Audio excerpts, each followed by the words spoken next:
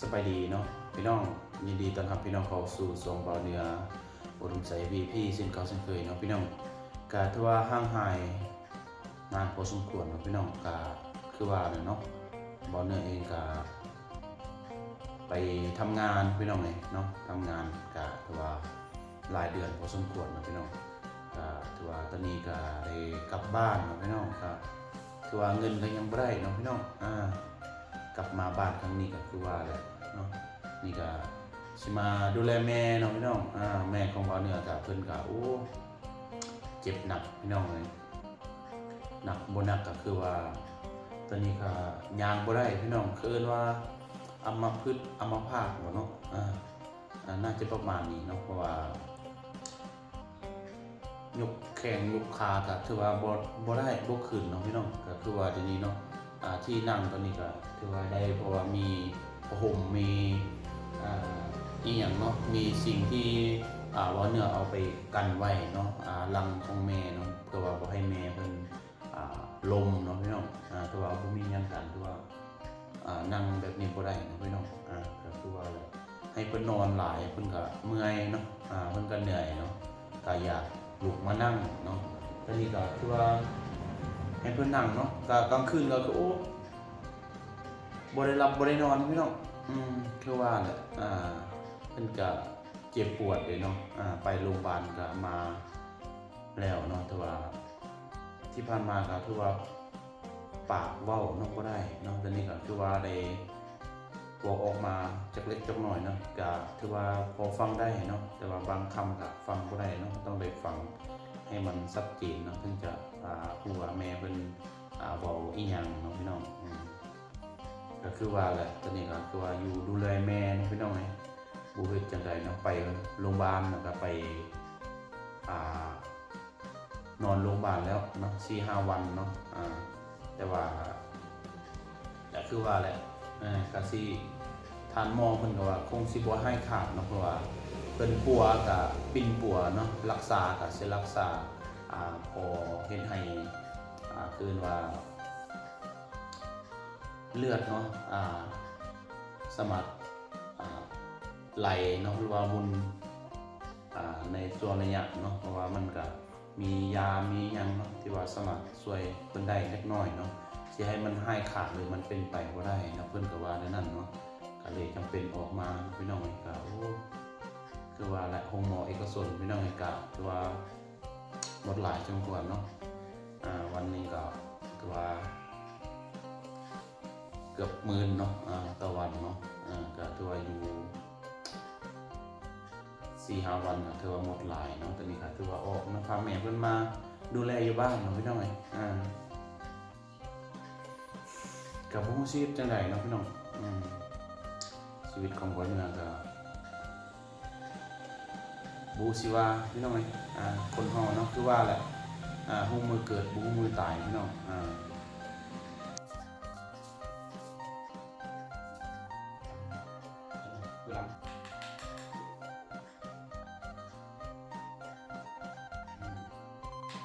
อยู่กำลังจะหนี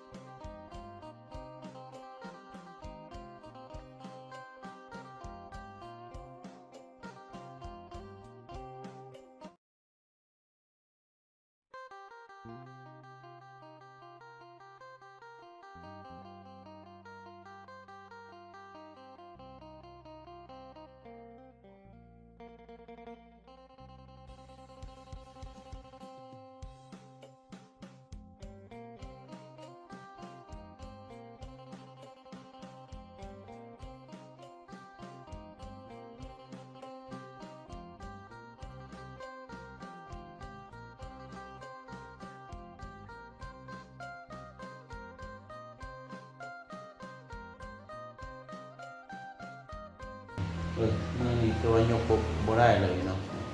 ตัวยกบ่ได้เนาะยกบ่ได้เลยนี่เนาะบ่ได้เนาะแต่ว่าลุกนอนแล้วก็สามารถลุกมานั่งเองจังนี้เป็นไปบ่ได้นะเฮาต้องได้สวยเนาะพี่น้องต้องได้สวยตลอดเวลาเลยเนาะเพราะว่าพลิกข้างบ่สิเนาะต้องได้สวยตลอดเวลาเนาะแต่ว่าก็มีมือเบื้องขวาเนาะที่สามารถมือเบื้องซ้ายเนาะที่สามารถยกได้เล็กน้อยเนาะแต่ว่ามันก็บ่สามารถยกแบบอีหยังหลายเนาะครับพอยกได้เนาะการที่ตอนแรกเนาะกับปากเนาะเว้าบ่ได้เลยเด้พี่น้องก็ถือว่าบ่ฮู้อีหยังเลยเนาะคือว่าบ่สร้างสิว่าเนาะแบบเฮ็ดหยังบ่ได้เนาะปากก็บ่ได้กินข้าวกินน้ำก็กินบ่ได้เนาะตอนนี้ก็คือว่าไปโรงพยาบาลเพิ่นมาก็โอเคอยู่เนาะเล็กน้อยก็พอได้กินข้าวกินน้ำได้เล็กน้อยเนาะก็มาดูแลอยู่บ้านนี่แหละเนาะเวลานอนก็นอนบ่ได้เนาะนอนเองก็นอนบ่ได้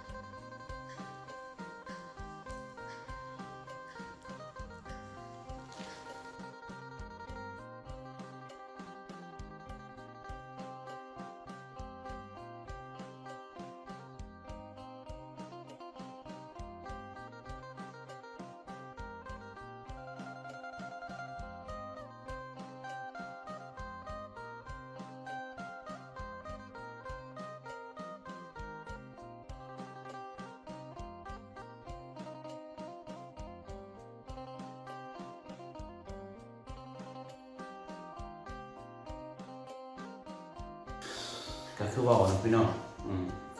แม่เพิ่นก็นอนบ่ฮอด5 นาทีซ้ำเนาะเพิ่นก็ว่าอยากพลิกข้างแล้วเนาะตลอดเวลาที่บ่เนื้อนอนจะเป็นกลางวันเนาะกลางคืนก็คือกันเนาะก็ต้องได้ลุกมาปิ่นให้แม่เพิ่นตลอดเวลาพี่น้องก็บ่ได้รับบ่ได้นอนพี่น้องแต่ว่าก็จำเป็นเนาะอดช่วยแม่เพิ่นเนาะก็บ่รู้จะเฮ็ดจังไดเนาะพี่น้องไปสอบเงินมากับเนาะไปหางานก็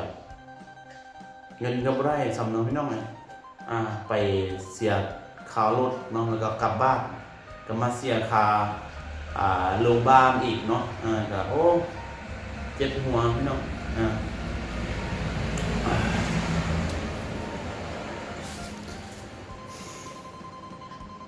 ก็คือว่าเนาะพี่น้อง FC เฮาก็ถือว่าถามหลายคนเนาะพี่น้อง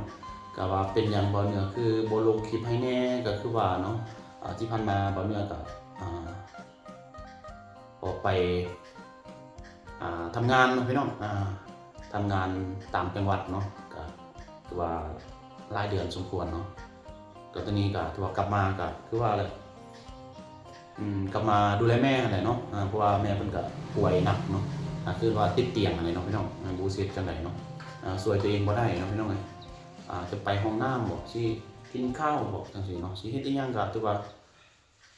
ช่วยตัวเองบ่ได้เนาะพี่น้องก็บ่รู้สิเฮ็ดจังได๋บ่รู้ว่าพี่น้อง FC เฮาก็ยังมีอีหยังเนาะคำแนะนำบอกหรือว่าเป็น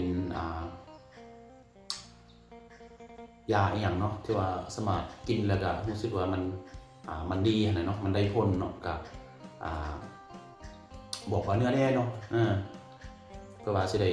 ให้แม่เพิ่นลองเบิ่งเนาะหรือว่าพี่น้อง FC เนาะพี่ใหญ่ใจดีเฮาที่ว่า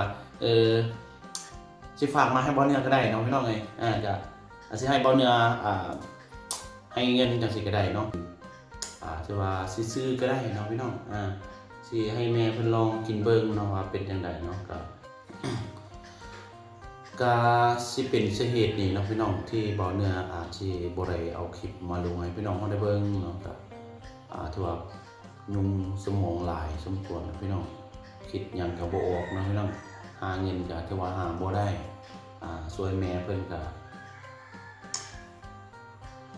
บ่รู้สิช่วยจังไดเนาะไปโรงพยาบาลเพิ่นก็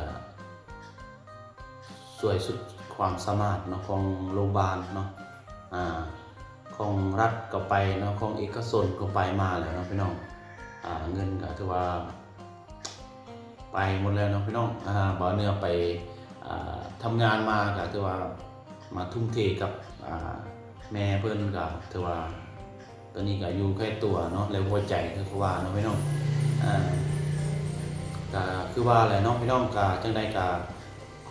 ขอบคุณเนาะขอบใจพี่น้องเฮาหลายๆเด้อเนาะที่คอยติดตามเป็นกำลังใจให้เบาเนื้อตลอดเวลาตั้งแต่เบาเนื้อเริ่มทำคลิปใหม่ๆเนาะจนถึงทุกวันนี้เนาะก็ประมาณ 40,000 กว่าเนาะSubscribe เนาะก็ถือว่าต้องขอบใจหลายๆอีกครั้งนึงเนาะจังได๋ก็อย่าลืมช่วยติดตามเป็นกำลังใจให้เบาเนื้อแบบนี้ตลอดไปเนาะเดี๋ยวเบาเนื้อก็สิพยายามเนาะหาเอาคลิปใหม่ๆเนาะมาฝากมาตอนให้พี่น้องเฮาได้เบิ่งได้ชมแน่นอนเนาะก็ตอนนี้ก็ถือว่าดูแลแม่เพิ่นไปนำหากมีโอกาสก็สิได้หาโอกาสไปถ่ายคลิปเนาะมาฝากให้พี่น้องเฮาได้เบิ่งซึ่งเขาเช่นเคยนะพี่น้องเบาเนื้อเองก็ถือว่าบ่เคยลืมเนาะบ่เคยทิ่มเคยปักพี่น้องให้พี่เฮาคือเก่าเนาะคือกันเนาะพี่น้องก็คิดฮอดตลอดเวลาใครอยากเอาคลิปนั่นแหละมาลงให้พี่น้องเฮาได้เบิ่งแต่ว่าก็ติดหลายอย่างคือเบาเนื้อบอกไปนะพี่น้องจังได๋ก็ต้องขอบคุณขอบใจพี่น้องเฮาหลายๆเด้อเนาะก็สำหรับคลิปนี้เนาะพี่น้องก็สิมีเพียงเท่านี้เนาะพบกันคลิปหน้าพี่น้องในสำหรับคลิปนี้ก็ขอกราบว่าสบายดี